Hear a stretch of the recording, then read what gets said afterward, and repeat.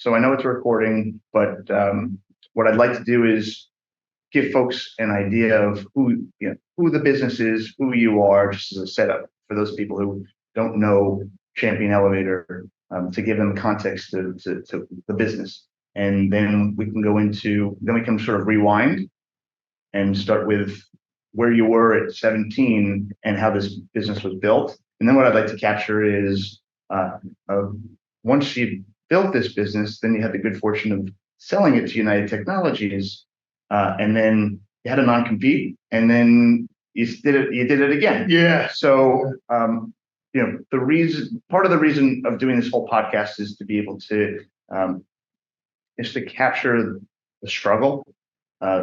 People see you at the end, people see you after a successful exit, but they don't necessarily understand what it took to get there. Yeah. So that's what I'm trying to capture the essence of. So maybe what we can start with is, Don, would love for you to introduce yourself to everyone. Okay. So my name is Don Gelestino. I'm the owner and founder of Champion Elevator, a New York-based company that services the tri-state area.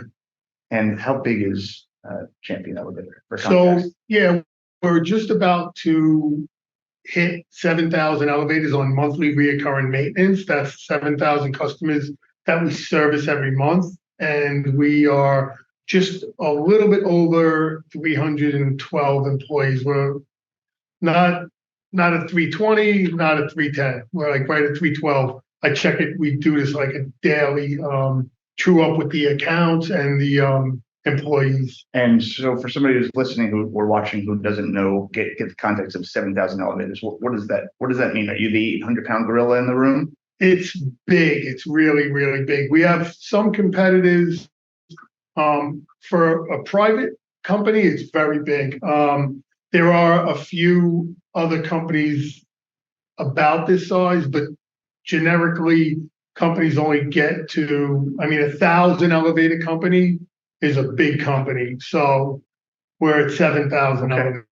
All right, that's just and then you have the OEMs, Otis, Schindler, Kone, Fujitech, which are, multinational, conglomerate, big OEMs. Right. Yeah. Okay. So I think we set the stage that you're a big player in the game. And as we were talking before this podcast was even an idea, it was folks see a business now, or they see a founder of a business who at the developed stage, but they don't necessarily capture the essence of what it was like before when you were building the business. So can you take us back? And while we were talking, you shared your story, which I was fascinated by, and I can't wait for you to share it with everyone. But can you take us back to your teenage years and this life event that happens to you and what it does? Yeah, so it's kind of funny because a few times, even meeting friends or meeting other business owners, people are like, oh, so how did you go to school for this? Was it your father's company? How did you get to this point? And a lot of them know, me as where I'm at now. Just like you said, they see, listen, I have a decent house. I have, second homes, cars, all this stuff that you would say, wow, all right, how do you get there? And when you rewind, there was so many defining moments that actually get me to where I am.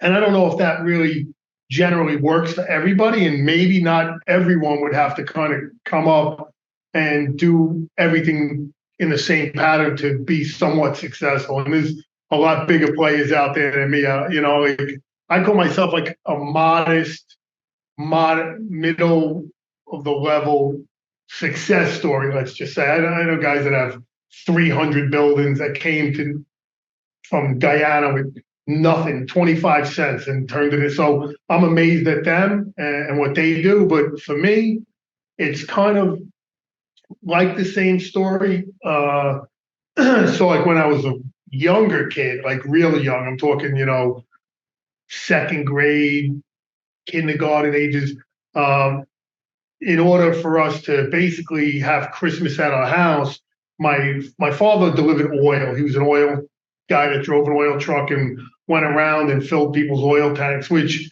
was probably the best part of my childhood, I think, because I used to, any opportunity I jump on an oil truck. I loved it, being in a big truck, hearing the sound, kind of smelling the diesel fuel. I know that's not really a good thing, but that was like a fun day. And when you were filling people's oil up, the homeowners would come out and they would give you cookies, and that was always a thing. No matter what, for some reason, it must have been a thing back in the 70s. They would give you cookies, so I loved it. Right, so what's better than that? Driving around in a big truck and cookies. But that, he had no medical, no nothing like that, and so my mother would deliver phone books, and they always came out right before Thanksgiving. They would come out before Thanksgiving, and we had a big station wagon, and we loaded the back up, and I would run to one side of the road and drop 3 books at this house, 2 books at this house, back and forth. And we did that through some pretty bad weather for a lot of years. Later on, only to find out that was really the money that really got us the gifts. For me, and I have 3 younger sisters, for us to get a Christmas gift. So it was like, listen, it was that kind of like household. I used to have to keep my feet on the seat of the car because the car had no floor. You could see the road as you go by, things like that. So that's kind of the upbringing I had. And, you fast forward a little bit, I'll never forget, the company's name was Lebeco. I don't know how I can remember that from being a little kid, but I remember the owner of that company, Lebeco, passed away, and my father had to go and get another job, and he became in Nassau County, worked for the police department as an EMT, and he worked there for his whole career until I was about 15. He was in the back of an ambulance. Someone T-boned the ambulance. I think it flipped. I know he was in the hospital for a long time, back injuries and stuff like that. And that was pretty much the end of him being in the police force. And he worked like at an office job for the police department. And, so I kind of came up that way. And I think so that's something that might build a little character, those beginnings. Because I remember on my way to school, I would drop a killie trap in the creek. On my way back from school, I would take the killie trap out, go to a little bait and tackle store, and I would give the guys the killies, and he would give me $1 and give me a can of Dr. Pepper. I would go home, and I was the only person at the table. I had 3 little sisters looking at me, and I had a Dr. Pepper, and like everybody would be like, and I'd be like, I sold killies, and I got $1, right? So that was like kind of my first little job. And then when I was 8 years old, I had to break my parents' chops to get a paper route, because you had to be 10 years old for working papers or even to be a paper boy. So they got the route, and then I did the routes around my block, which ended up being like a really big, job. Because what I did was I hung up a sign: if anybody can't do your papers or is on vacation, call me. And so I was like this paper boy with my own route, but I did 20 other people's routes. And I already was like kind of geared a little bit like that. And then I got a job. I was going to school, doing the papers. And after school, I was working at a greenhouse in Oceanside, Long Island, called Gunther's. And that's where I met a guy who really taught me core values to treat people good. Like, I didn't know what I was doing. I think I was in 3rd or 4th grade when I got this job, and I worked there for 7 years. And it was like there could have been a billion times this guy smacked me in the back of the head and said, "What are you doing? That's crazy." And he stopped, took the time, and showed me, how to do things, and to take like from a seed to a little plant, then pop it out and put it to a bigger and then bigger, and things grow and how things work. So I really attribute a lot of my success. I got to say, this guy Gunther was a real major part of my existence. Like, to this day, I would say he passed away like maybe 5 years ago, but to this day, he's one of the big things in my mind because, you know, he could have chased me out of the greenhouse. I could have ran away and been like, oh, I never learned a lot of stuff. Never learned patience, you know, and stuff like that. So that was a big part. And then the other part that really kicked off what I believe was I was never really good in school. Like the only things I really did good with were like woodworking, metal shop, music class.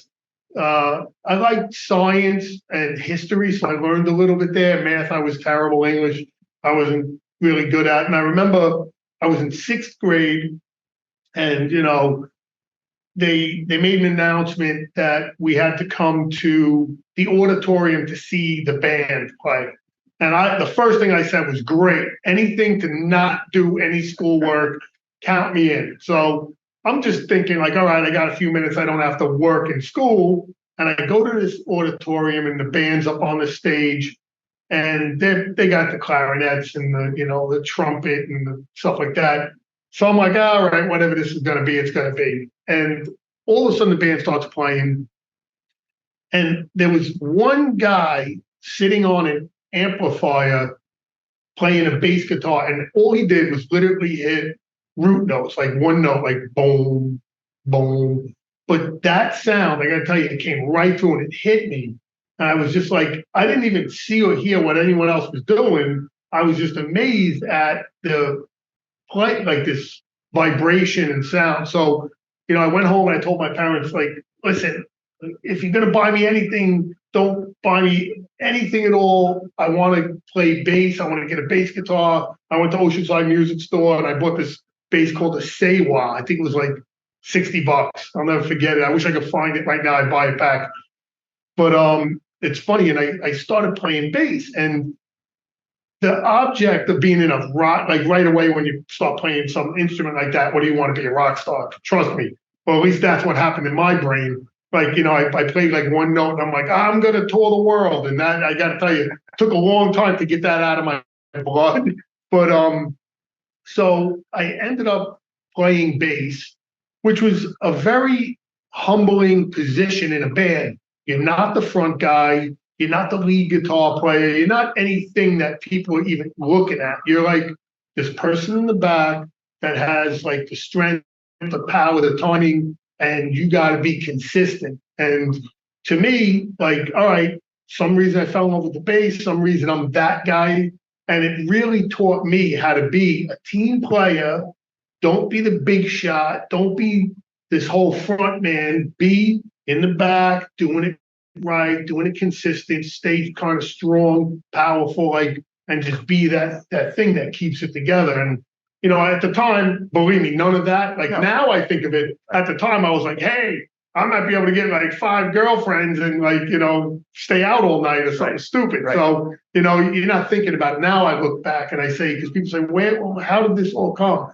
And a lot of it goes to, if I didn't have the work ethic, if I didn't meet people like Gunther and this other guy, Lou, and then go out there and learn how to be a team player, like all those elements equal up to kind of what Champion's all about. Like it's real-time, honest, transparent communication, like fast. Like right now, we have 7,000 elevators on service. I do not talk to a lot of my customers, but when I do talk to them, believe me, it's a bad situation. They're like, Don, the elevator's down in a nursing home, blah, blah, blah. This is like, it's always something. And you know, if it's good news or if it's bad news, something's got to be repaired. It's going to take 2 weeks. I tell them exactly where it's at, how long it's going to take. I don't try to sugarcoat it. You know, I see some competitors or other people in the market. Yeah, they said they shipped the part. Meanwhile, they're still looking for the part. Full transparency. Full. And no matter how bad the news is, I tell all my people, just tell them it what it is. If the part didn't get on the truck, and it's going tomorrow, then tell them that's the story. Don't tell them, yeah, the part shipped out, it's somewhere in transit, because you never know what's going to happen. Maybe the part really didn't, maybe the guy who told you it was on the load dock, he didn't find it yet. And then 2 days later, you find out the part doesn't exist anymore. Right. And now you're in the story, it's no way can you ever do that. Like that's the key thing. Like nobody in this place should be doing that ever. And yeah, So you said bad news. So Yeah. that made me think about 17 years old. yeah, You're on Long Island, right? yeah, And apparently, if I read correctly, you find out you're moving to Maine. yeah. Well, I had a 20-minute heads up. 20 minutes. Yeah, All right. yeah, pretty much, yeah. Why? What was happening in your family? So my father, was in the police department, his whole like kind of us as kids. Back then there was a lot of fraternities, there was a lot of trouble. I had three younger sisters. Things were a little dicey in our neighborhood. I'll never forget on my paper route, which was my block and the next block and plenty of other blocks. But like one of the things was that my friend Chris Finn, I'll never forget it, and Charlie Asaro, they had a stepmother and she was actually killed by a guy on the block next to me who was my age. And I was at the bank online with her, cashing my probably $12 paycheck from the newspapers, right? And I was behind her. So one day, right, like they found her in my school's parking lot. Someone killed her in the car, lit the car on fire. And this is like Long Island. You don't think this stuff happens, but it was happening. And what happened was three detectives came knocking on my door one night, and I was like a kid, like, I don't even know at that point, very young, like, I don't even know, but it almost made no sense. Like, all right, we got to interrogate this 10-year-old or whatever I was. Right. And I remember like my father opening the door, he knew all the detectives. So he's like, oh, can we help you? And we're like, yeah, we got to come in. And everyone in the neighborhood knew about like this whole murder thing. They didn't know who did it. And, they came in and questioned me, you were in the bank with her, like the last scene type thing. And I was like, yeah, I was cashing my paycheck. I was talking to her on the line because she was my friend's stepmom. Right. Like, and we lived literally 2 houses over and one house across the street. So we were playing together as kids forever. Right. That kind of spooked the family, all the other crazy stuff. So my parents, I remember them going up to Maine one weekend, and then nothing really happened for like a month or two, but literally they bought a house, put our house on the market, and it was like, I knew the house was for sale, but when you're a kid and you're a teenager and you're playing bass and running around like crazy, you don't think about it. You're like, yeah, they're selling the house, who knows what's happening. I didn't pay any attention, and sure enough, I came home, there was a moving truck. My father said, you got 20 minutes to get your room packed up. We're moving to the sticks. And that was when I was like, well, what's the sticks? And that turned out to be Maine, which I moved to South Berwick, Maine, when I was like 17 and a half. And I had to graduate, I had to finish school. So you were senior year. Senior year, right. Yeah. Talk about disruptive. Yeah, disruptive. But the worst part was that I really didn't have good grades in Oceanside school. So it was like when I went to Marshwood High School, I remember the first day sitting down with the principal, and here I was, and believe me, I'm sure I wish I could really had a picture of that day, because here's this polished up kind of principal in a Maine school, and then this long head. And I'm telling you, my hair, you could tuck in to your pants from sitting here. I mean, my hair was like 2.5 foot long, and, I was like, not a bad kid, but I was like a rock and roller, like, type kid. So he's like, I see your grades. You can't do that here. So they told me that I could graduate, but I had to get all 90s and above in every class, and I had to have a full schedule. And the funniest thing was, for some reason, my brain kicked in. I think it was just like fear or whatever. I was like, I have to do good. And I actually, and I think it's kind of funny, when I put my mind to it, no matter what it is, I believe I could actually get it done. Because trust me, I hated 80% of the stuff I was studying, but I knew I had to. So I did good. And the craziest part of the most ironic part of everything was the only grade that my whole diploma, and they literally held my diploma, the principal held it until he'd seen the grade, was from my art class, which was I handmade a bass guitar. And it was really sick. I mean, this thing is beautiful. got it to this day. Wow. It took me a long time to put the clear coat. I put like 20 clear coats on it. And I could have handed it in, not even clear coated, but I wanted this thing like primo. So it was like the last day of school. I handed it in late, but there was no late means you fail. And I got an A on. That was it. It was an A, not a 90. But and everything worked out. I got the diploma. Thank God. I think that at that point it was the first person, first Gelestino to ever get a high school diploma. So that was a big deal to my family. Yeah, none of my family's ever been to college and stuff. I do have one uncle that passed away. That was a NASA scientist, and he was the one-off.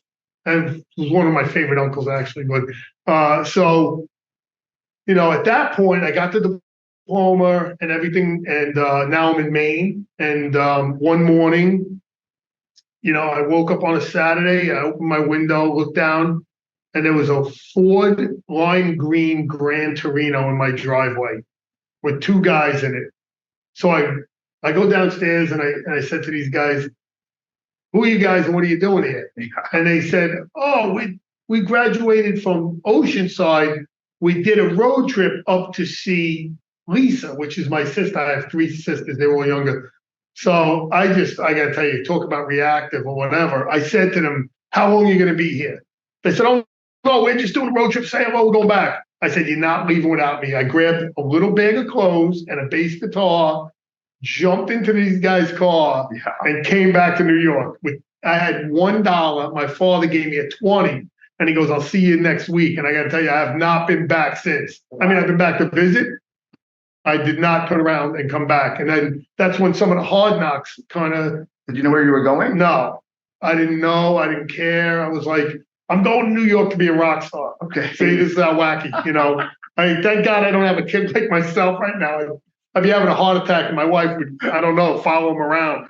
But so I got to New York and, it was crazy because I was like knocking on doors of bars, like in the middle of the day saying, "Hey, if the band needs a bass player?" And I remember one guy going, "Kid, get out of here. I'm delivering beer. Like, I don't know anything. Like, leave me alone." And then another one saying, "Oh, you got to check at night and this and that." And eventually what happened was I did find like a band that was playing at a bar that said they would give me $20 if I wanted to sit in and play bass, which was kind of good news because the bouncer of the bar was the same guy who was in the car and drove me back to Oceanside. Yeah. So he was a bouncer and he had a brother who's a big fireman that liked to drink, and they would always be at the bar. So now I'm making $20 playing up there. Some girls are coming around. I got $20 that's like $14 for new strings and like $7 for food for the week. So, it was like really bad. It was like really just, but it was something, $20, right? So, and you're 18, 19 years old. Yeah. So what happened was those two guys had an apartment together. So they said, they wanted me to come live with them because number one, you drink for free if you're with the band. So I got the big guy covered.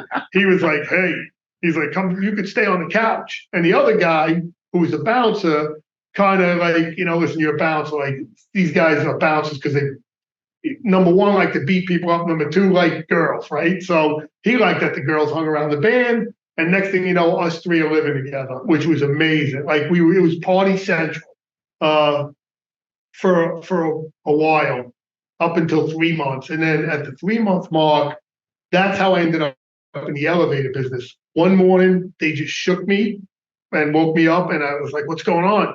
And they said, "Don, you've been here for 3 months. You have not paid any rent. We haven't asked you for anything. We need a helper." And I was like, totally confused. I know I was still dazed and like asleep, but I go, "What do you guys do?" I was like, "I thought you like drank for a living and you beat people up when they like didn't pay their bar bill." I'm like, what am I missing?" And they said, "No, my father owns an elevator company and we need a helper." And I'll never forget, I went to 110 Lenox Road in Brooklyn and helped them with a cable job. My first minute in the business. Didn't even know what going on. But what I did know is if the new scheme of thing was going to be these guys needed me to pay rent, so I said to them, $20 is not going to cut no matter how, unless they told me it was like $1 a week to live there. So I said, if you ever need me, I'll come, I'll help. And I was always good as a kid with my hands. I used to build my own mini bikes, build clubhouses, help my sisters make doll houses, all little things, fix bicycles and stuff. So, to work with my hands and stuff was no problem. So what I did was I offered it up, and I'm telling you, they had me there every day, and I worked there for 7.5 years. Wow. Yeah. And funny enough, I started as a helper, then became a mechanic, then a foreman, then a supervisor. And then I was like the engineer for the company, where if they were going to even modernize something, I would go there, take all the electrical data, the measurements, order the equipment, and even install it. So I kind of became even like above the actual guys that brought me in. I was like number 2 guy in the company to the boss. And then what happened, that got a little bit rocky because they were having some financial troubles, and I every week I would go to the bank with my paycheck to cash it, and the bank manager would give me like this nod, and every now and then he would initial it, and he would always say it's against uncollected funds, which, believe me, at that age I didn't even, or whatever banker term that is, like I didn't care. Sometimes you go to the window, they would cash it. Sometimes you see the manager. And it got to the point where every week I couldn't cash it. Or I was faced with a different challenge where I was like one of the younger guys in the company, and there were people with kids, older people. So now, like, literally everyone would be at the shop payday, and it was literally like whoever had the fastest car, A race to the bank to get the race to the actual physical race. Wow. So I actually stopped even trying. Right. And I had a cigar box, and I would put my check in a cigar box week after week after week. And what I would do is Friday nights I would valet park cars at Beefsteak Charlie's. Then Saturday I would build a deck or a patio or fix someone's roof. Saturday night I would valet park cars. Sunday I would finish the deck or the roof or the patio job. Monday I come back to work. And so whatever, all my bills, my rent and everything that I was doing was coming from valet parking cars and this other side work that I did. And I actually had 6 months of paychecks that I worked for the company for free. And right before my wedding, because I was getting married, I was engaged at the time, I was paying for my own wedding. My wife was, while I was out in the parking lot at Beefsteak Charlie's valet, and she was inside waitress, and we would go together, come back, and that was in Brooklyn from Long Island. And she had 2 or 3 jobs, and I was doing 2 or 3 jobs. And I got to tell you, it was probably, I don't mean to use a bad language on a podcast, but it was the ballsiest move I ever made. And I've made a lot of crazy moves. And her family's first generation Italian, and I didn't meet hardly any of them because I used to work around the clock. So I actually went in and gave my 2-week notice, like 2 weeks before my wedding. And so now, when grandma and her friends are all at the wedding, oh, what kind of work does he do? Oh, he's jobbing. Oh, that's a nice boy. Like, they were going to lynch me and throw me off the dock of the Chateau Lemire. I'll never forget. We all got food poisoning at night of my wedding. So that's another story. But it was on the water. I'm surprised they didn't just want to throw me off the dock, because who walks down the aisle basically jobless, like, meeting the family for the first time. So what I did was I gave my notice. I went to the county clerk. I opened Vertec Elevator. I got insurance, and I bought a fax machine. I'll never forget I lived in Inwood, and there was a Staples in Inwood. I got a fax machine, and it had a thing called polling. So you could enter like 50 to, I think it was 100 fax numbers, and you could set it up to dial. We would scan in the document, and it would dial every fax number and send the fax in groups. So what I did was I got every company company in New York's fax number. And I made a letter saying, on this day, the day I return from my honeymoon, I'll be available for subcontracting. I do pretty much anything you need. Here's a copy of my insurance. It's scanned in, just a letter and the insurance, and told anyone who worked, fax it back to me, right? And got married, went on the honeymoon, came back to the apartment, and there was little faxes used to curl up. Yeah. There were like rolls all over my kitchen floor. And I was like, oh my God, because if you got a busy signal or the line failure, it would write a report and it would say, call did not go through or something like that. And my first reaction was, oh my God, it must have been busy signals. Like if people tried to fax me back, I would have no fax paper. I don't know messages, like what's going to happen? Sure enough, I think 80% of those faxes were people saying, hey, I have, a cable job in Brooklyn. I have an operator in the Bronx. I have this, I have that. Oh, do you do troubleshooting? Can you help me with this? And I got to tell you, so that was the beginning of Vertex. And what I did was I just started just one man, me. I took my wedding money. I went and bought a van. I'll never forget. It was an old GE van. I had to get the big logo off the side and put Vertex, put shelves and bins. And it was one man. I didn't have a helper or nothing. I went and did jobs that usually you use two. Now we use three guys to do. One guy doing it himself. And I was working like that for 6-7 months. And, I back then it was the phone book. So I got an ad in the phone book and, I made up a little flyer. And one of the problems I had was when somebody would call me and say, hey, come look at this job, I would go there and it would be someone's job that just subcontracted me a job. So then I would call the owner and say, hey, you better call, Mr. Schwartz. He's not happy with you. He just called me in the phone book. He's calling me and I'm V, it's A through Z. Right. He might have called everyone else. Like, you better set it. I'm not going to your job, but I'm like telling you because you did right by me, got me started. And that happened a lot. So it was a little bit of a challenge to get work. And then, these are competitors. I'm not going to take their work. Even to this day, we help out people. Like I offer my truck, my warehouse, troubleshooting skills, parts. To this day, this week I went out rigging to someone that's doing a job, So, I think we all got to work together. There's not 80,000 elevators in New York alone. I think we can all work together. Nobody can handle 80,000. I was to get them all tomorrow. It'll be the biggest nightmare I ever had. So what ended up happening was because I was such a young kid getting into the business, the only accountant I knew was the same accountant that was the accountant for my first company I worked with, which was Deco. So they did my tax returns every year, so I handed all my stuff to the accountant at the end of the year.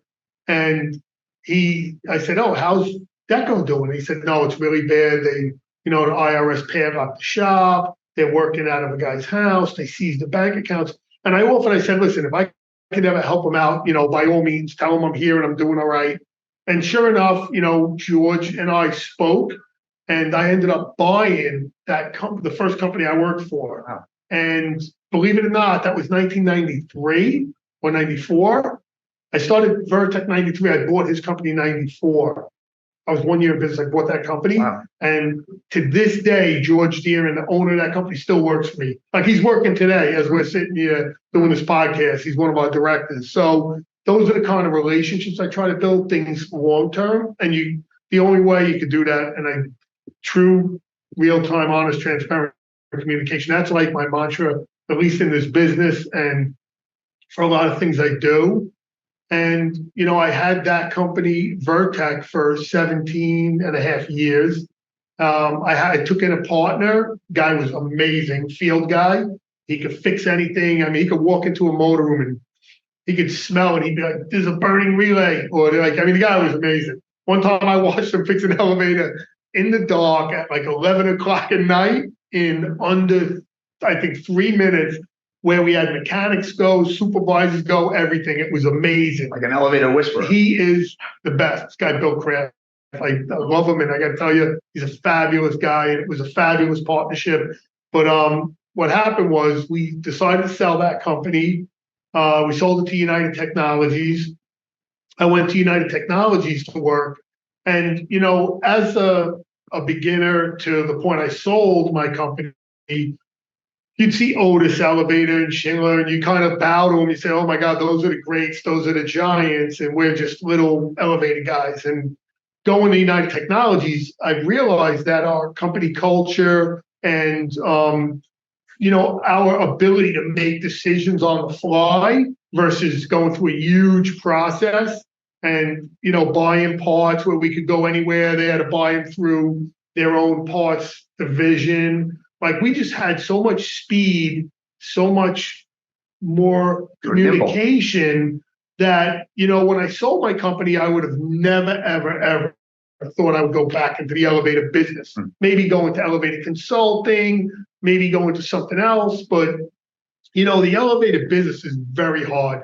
You deal with a lot of people, you deal with a lot of personalities, you deal with vehicles. We have just under 200 vehicles on the road. So, you have millions of dollars worth of tools, whose tools are getting stolen, who's gotten into a car accident, what labor disputes going on, and the unions are striking, and this and that. There's a million reasons why you wouldn't want to be in a business. But I'm pretty much a repeat offender.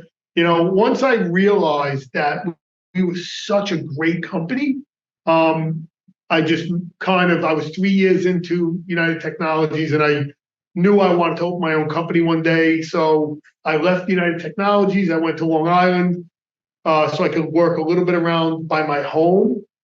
I knocked down a building, built a car wash, got that up and running. So I didn't compete or do anything in the elevator space to break my no-compete. And then literally 24 hours after my no-compete was up, we started Champion, which was about 7.5 years ago.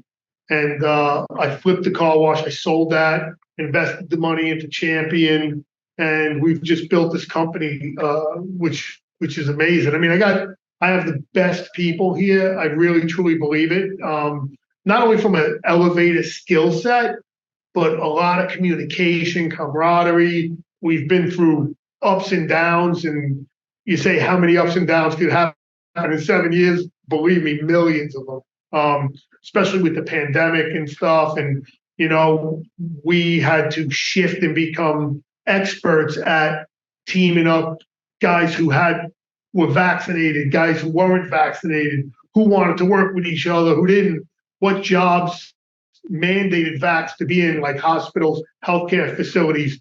The unions were like, we're not mandating any vaccinations. You talk to elevator guys, they're like, you say, hey, my mantra to everybody was, I want you to do exactly what you want to do. Just tell us. If you're getting the shots, tell us. If you're not getting the shots, tell us. We will engineer jobs, routes, customer density, everything to you. You want to take off for 5 years? Call me in 5 years. Whatever it is, just be honest with us.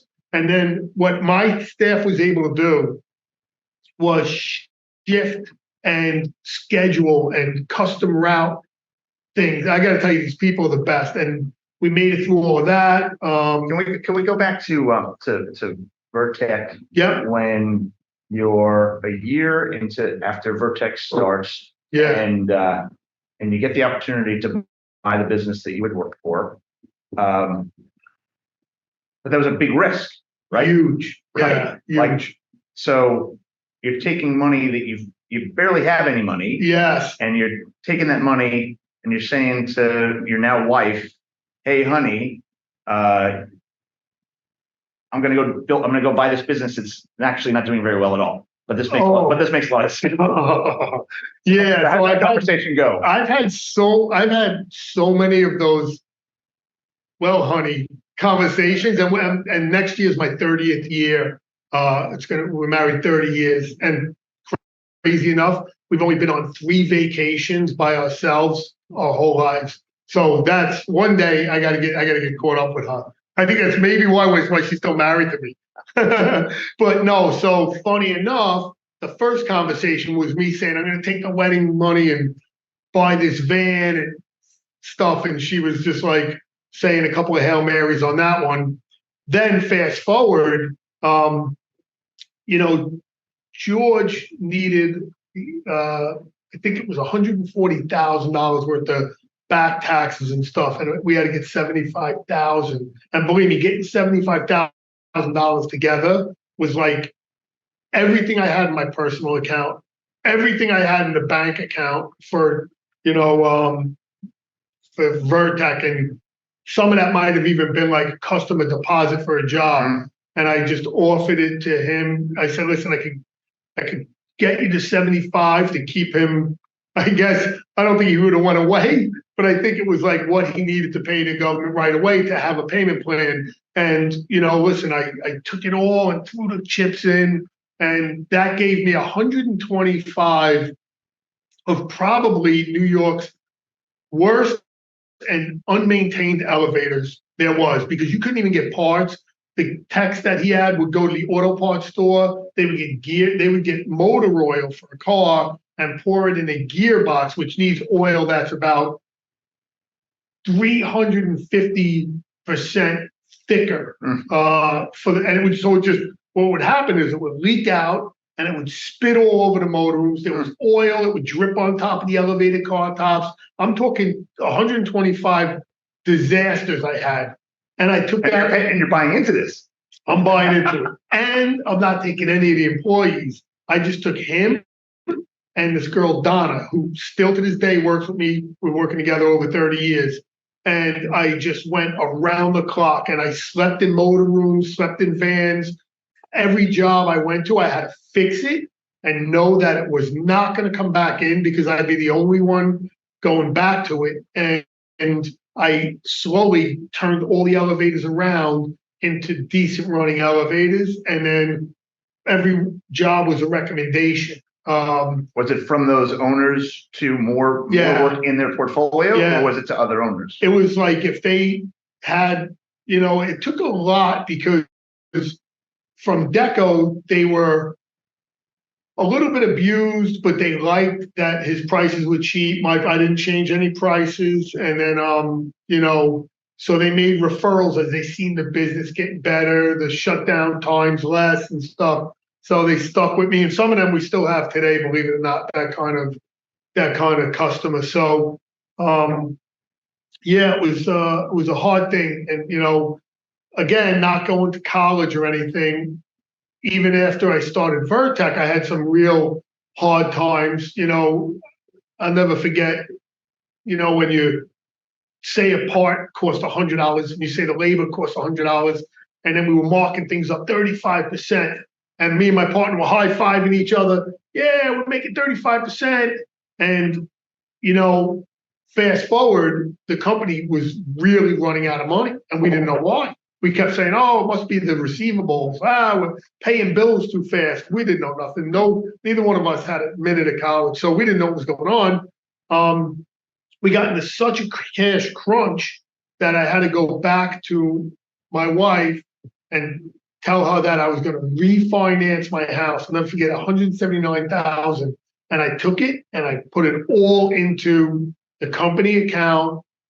And I hired a business consultant. I'll never forget the company, George S. May.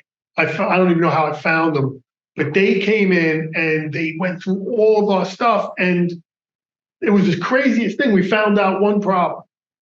One problem. We had no overhead in our cost. It was $100 for the part, $100 for the labor, 30% markup. They told me, Don, you need 37% just to cover your overhead. Then you have to mark it up. And we were like, uh-oh. So the faster we were selling jobs, the faster we were putting ourselves out of business. Mm-hmm. So that was a big awakening, because it took us a year to restructure our pricing. And but we got there. And then in 2005, that whole 2005, 2008 area was a little rough. Company also had rough times. I think I had to refinance again. And my employees, I remember guys were donating overtime, and my office staff went down to like 4-day work weeks. They would work 5 but get paid for 4 on their own. That was their suggestion. suggestion, not mine, because we're really tight. But Well, you know, so that speaks to the culture that you built. yeah, So yeah. how do you think you've done that? I think it was just because I always put everybody kind of ahead of myself. Like even with Vertec, back in the day, like I didn't take any paychecks really at all. My mechanics were making more than me almost the whole run. My partner and I were making less than the mechanics and working 100-hour weeks. And I didn't even ever go for the raise of that. My partner came in and was like, listen, I was making more before I was with you 4 years ago. My wife, we want to get a house, we want to do this, can we take more? And I said, well, tell me how much you need. We're 50-50 and whatever it is, we'll do. And, we probably put like 30 grand a year added to our salary. That probably brought us up to a mechanic rate. And we just did it like that. And I think people seen that. I always made sure that they, had a company vehicle. I never had a company vehicle. I'll never forget one time.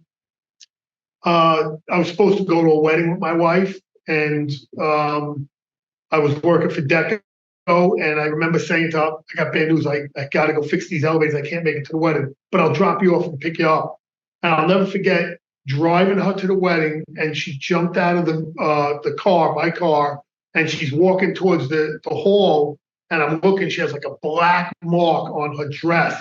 It was like grease from an elevator part I had on my seat. And to this day, there's nobody in my company that used their own car. I buy everyone a company car, fully stocked with parts.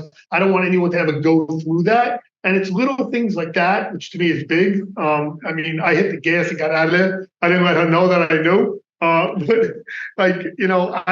knew like that's not right.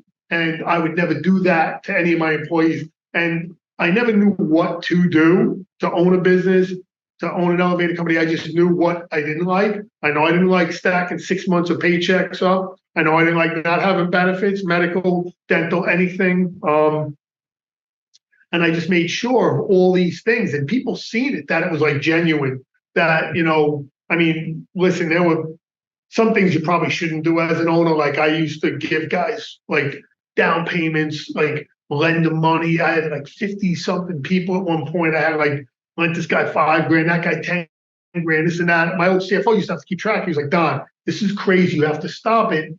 It's a whole job just keeping track of the people you're lending money to. I'm like, no, but he's just getting married. He needed 10 grand for a deposit, like for his house and this, that. So, stuff like that's a little crazy, but people seen that I did that kind of stuff, not just the money, but all this stuff.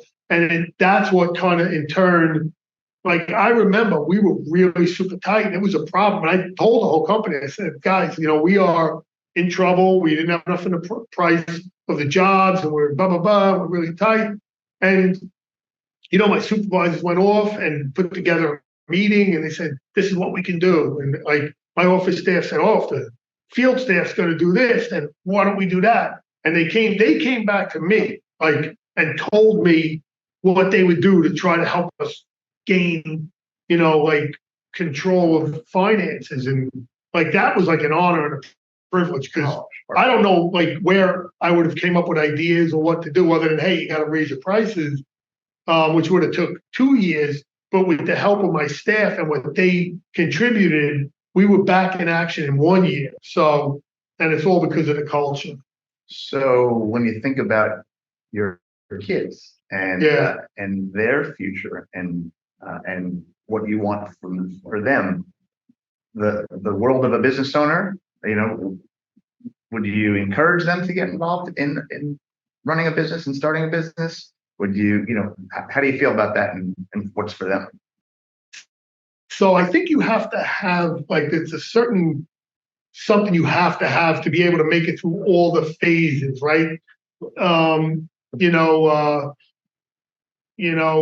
daughter is very artistic. She does hair and stuff like that. And right away, I ran out with her and we bought a salon in Oceanside where she had like 28 employees at like 19 years old.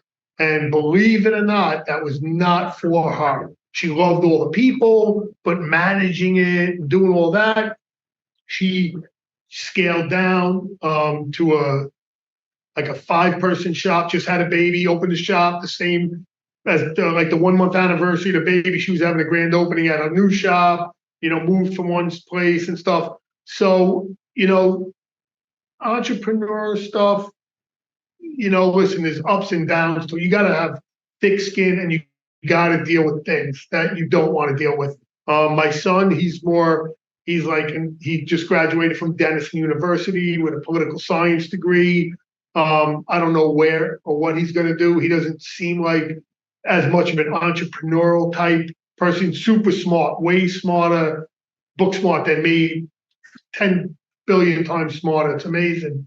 But I have that work ethic and drive and stuff. So I don't know. My opinion, I've seen just like the company that, I bought, the 2 guys that brought me in were the son of the owner of the company. And, not everyone should be handed a company or, because I built this, if they're not the right fit, it probably won't go good. I'd rather, be able to provide and maybe, look, I put him through college. I helped my daughter with her salon. I'd rather do things like that. And like if my son was an engineer, went to engineering school, I'd say, holy smokes, I got a job for you here. Political science, I don't know where in this 4 walls of Champion Elevator, that specific,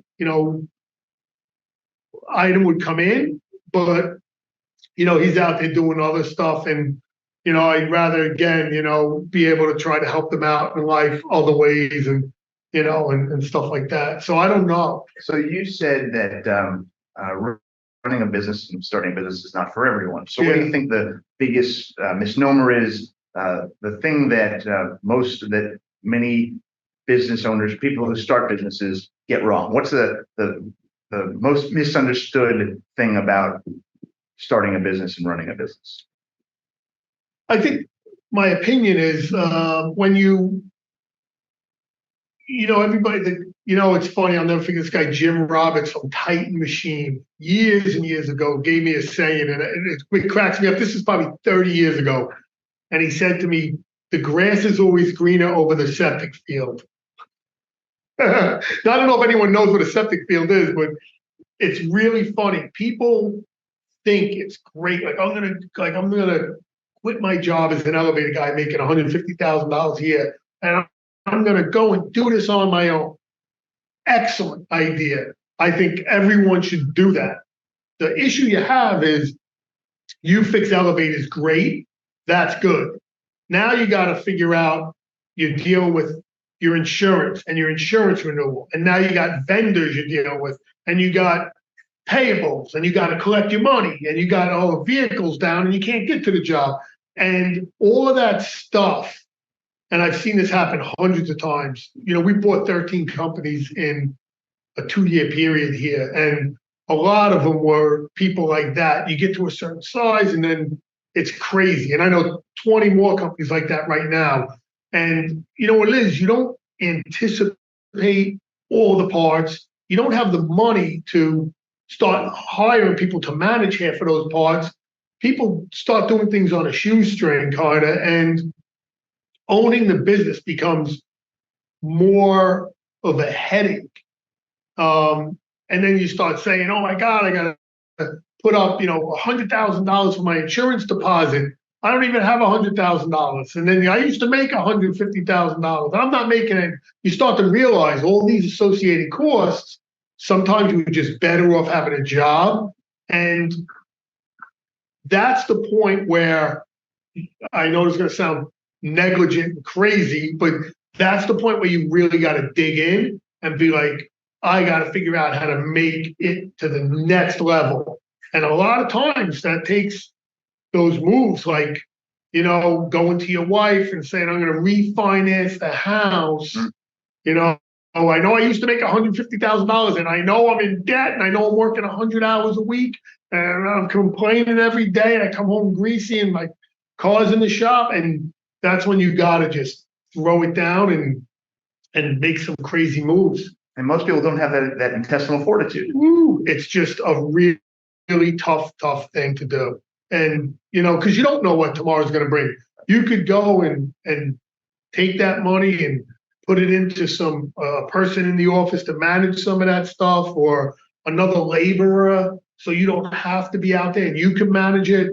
And listen, the laborer may be a guy that, doesn't wake up 3 days a week. And, maybe the guy in the office, is nowadays on TikTok all day. Like, you don't know what that's going to get you. And you have to have a lot of drive, a lot of faith, and, a lot of connections to bring in the next set of people. And owning a business is great if you can get it to a size and maintainable situation that you're comfortable with. And some businesses, you can do that, and you could very much roll with the same, listen, I make this much, I spend this much, I do this, and we're going to do this for 20 years and I'm going to retire.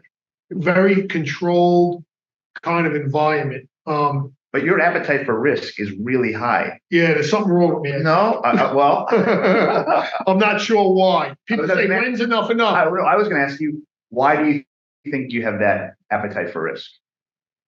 That I'm not really sure of, because even when I came back into business, I always say we, because this guy Joe Corrado jumped in with me from day one. He had a job and had things going, and he didn't have to have faith in me and coming back. And Donna, the girl who I've been with for 30 years, worked with me at Deco, they didn't have to come with me. And that was like one of my biggest, I don't even know. Donna Shabetta, who's been with me forever, I've known her forever.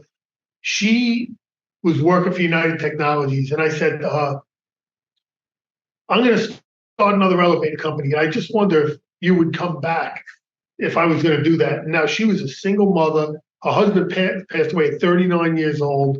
She was raising 3 kids, had a great job at United Technologies, and she goes, just tell me the day. And I got to tell you, that there was like throwing on 2 jet engines. I was like, if somebody has that much faith in me, then I'm going at this thing full bore. And, when I came back in, a lot of the competitors said, oh, when he gets to 1,000 elevators, he's going to sell his company, or he gets to $100,000 in revenue, he's going to sell it. And then it went to 2,000, and then it went to 3,000. And to this day, literally, we're for sale every minute of the day. I mean, today I'll get a call. I heard Cohen bought you. It's like, stop. It's like the rumor mill. I love it because, like, at least they're talking about us, whatever way. Right. But I don't. It isn't really. I don't know if the appetite for risk or what it is. I really don't know. And I don't know that, like, when is enough? Like, to me, it's about a timing thing. When I started that company at 20 years old or whatever, when I was with my wife after the day after the honeymoon, I said to her, I'm getting out of this at 60 years old. And then we'll travel, we'll do everything. And that's been the thing. It's more of a timing thing. I kind of personally think I need to know that one day I'm going to shut the switch off and that's it.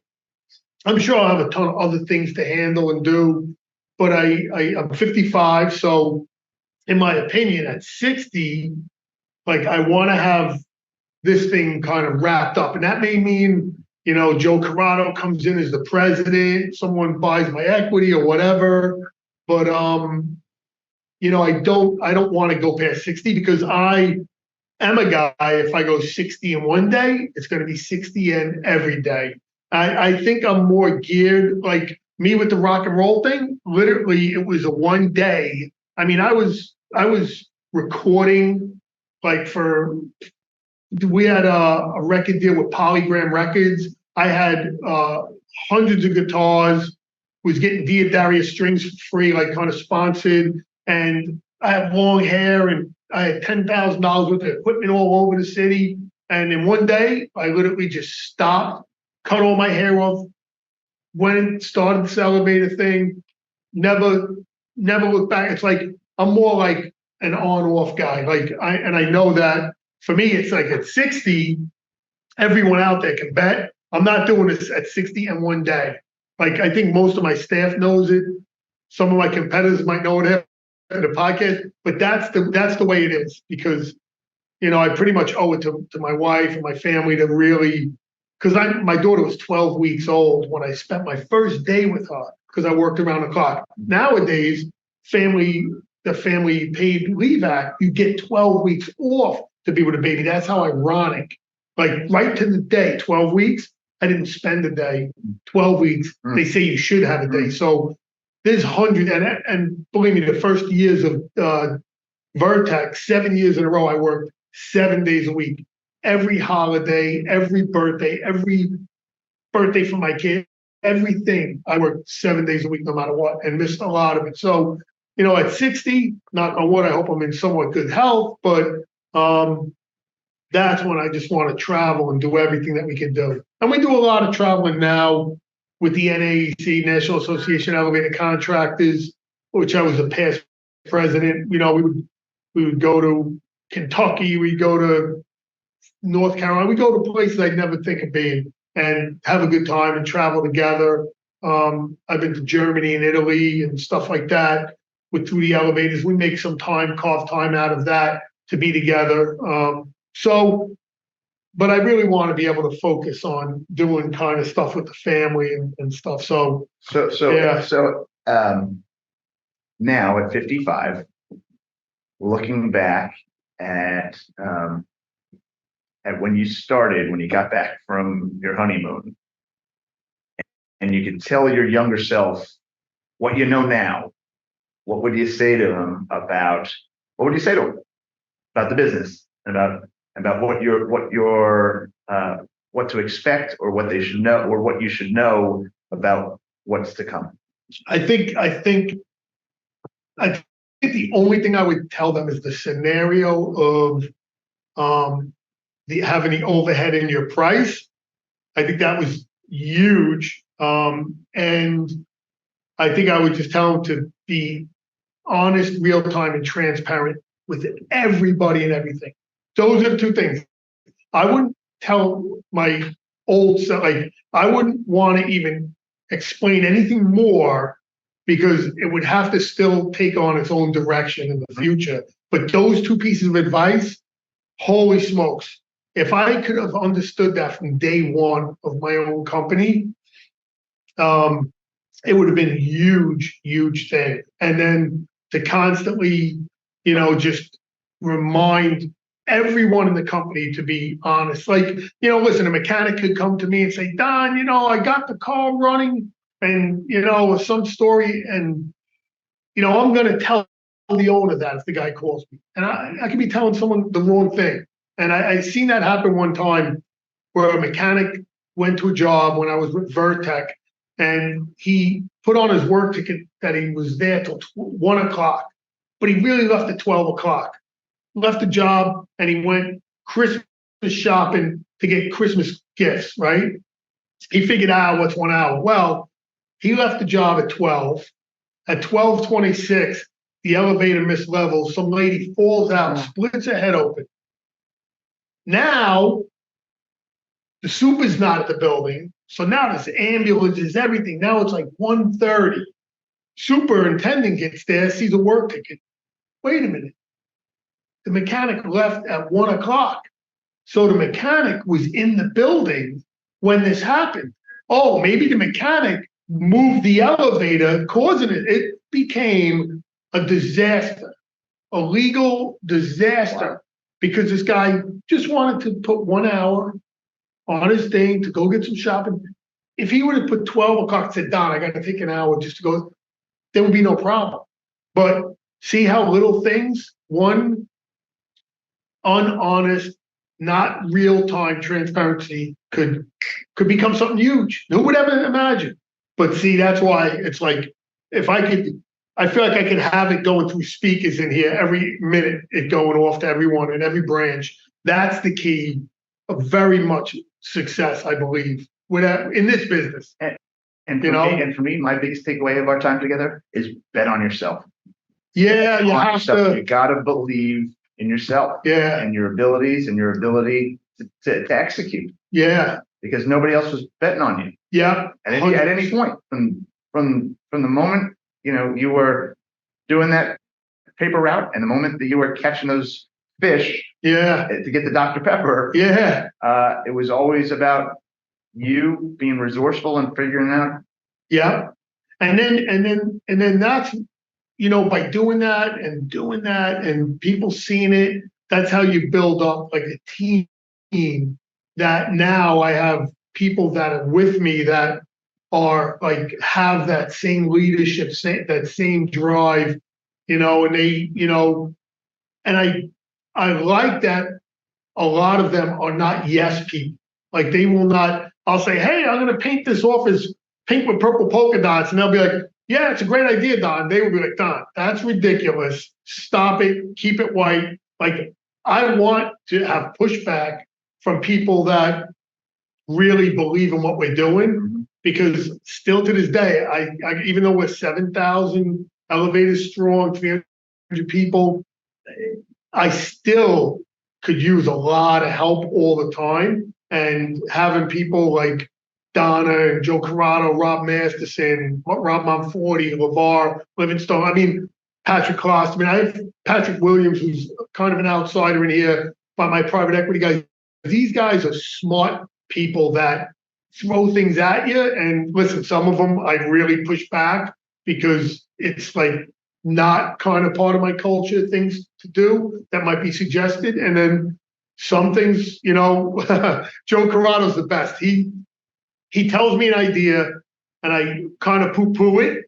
Then a year later, we're in a situation where it's a good idea. And then I'm like, did I think of that in the past? And he's like, no. And I'm like, listen, let's do that. And he laughs. He goes, we could have done that a year ago. And I'm like, yeah. So I got a little bit of a thick head too, but it takes believing in yourself and people seeing you do it. And they're the people on the sidelines going, oh, this may not work out. Let's see. And then it does, to believe more. And then, then you got that team that really is a driver, Well, congratulations on your success. Thank you.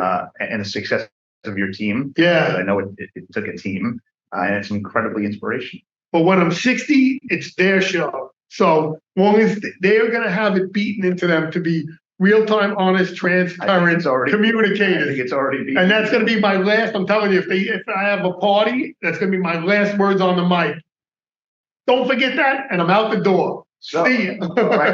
So last words on the mic. I want to give you just give you the opportunity to say anything that you think I may have missed, or something that you want to drive home to folks that you think is important. Yeah, I got to tell you. So it's funny enough. I joined. I am on the board of a couple of different foundations. I give back a lot to charity. Since 2001 till this year, I've given back more than I've made to charities I donate. So I'm a big believer, and I'm not like a karma guru guy. I never got to study with like Yogi Gaguti or nothing, but maybe when I'm 60. But I do believe that if you genuinely give back to others, good things happen. That's one thing I say everyone out there should really do. And I also think that, I joined the board of SUNY Old Westbury. And when you look at SUNY Old Westbury, it's kind of a very left kind of type stance. And funny enough, I'm on some boards like Cross County Savings Bank, which might be more of the right side. And me, I don't really have any political side. I joined like SUNY Old Westbury because the demographic of a school like that is Uniondale, Roosevelt, lower income type students. And what I really believe in, and my focus over there, is to really build a school for entrepreneurship for people that really don't have a lot. And I mean a lot of money, because they probably have a lot of drive. And just like me, I got to tell you, like, I remember my first killie trap. You know what it was? It was a mayonnaise jar with a piece of string. And I took a piece of my sandwich that I had for lunch, peanut butter and jelly sandwich, put it in, and went down and caught like one killie with it. So if you believe in yourself with nothing, you could absolutely build something.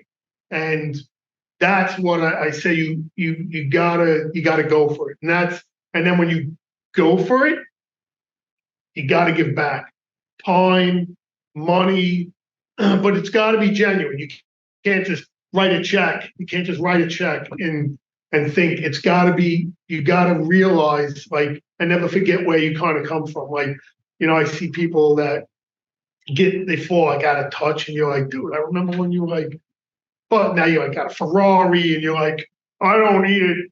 Well, Blackstones, I go to some crate. I'm like, dude, you need a Wagyu, like, like stop it, stop it, stop it, stop it. That's the part. And I'll tell you, this is a little embarrassing, but I'll share it. I'll never forget. One time I was with those two brothers working for Deco Elevator, and even though I lived with them, there was a point where we got thrown out of the house, and I actually had nowhere to go, and I was sleeping in cars. Even though I was working for Deco Elevator, I was like sleeping in cars, and I hid my base at a creek, and I would go to a place, Echo Pool.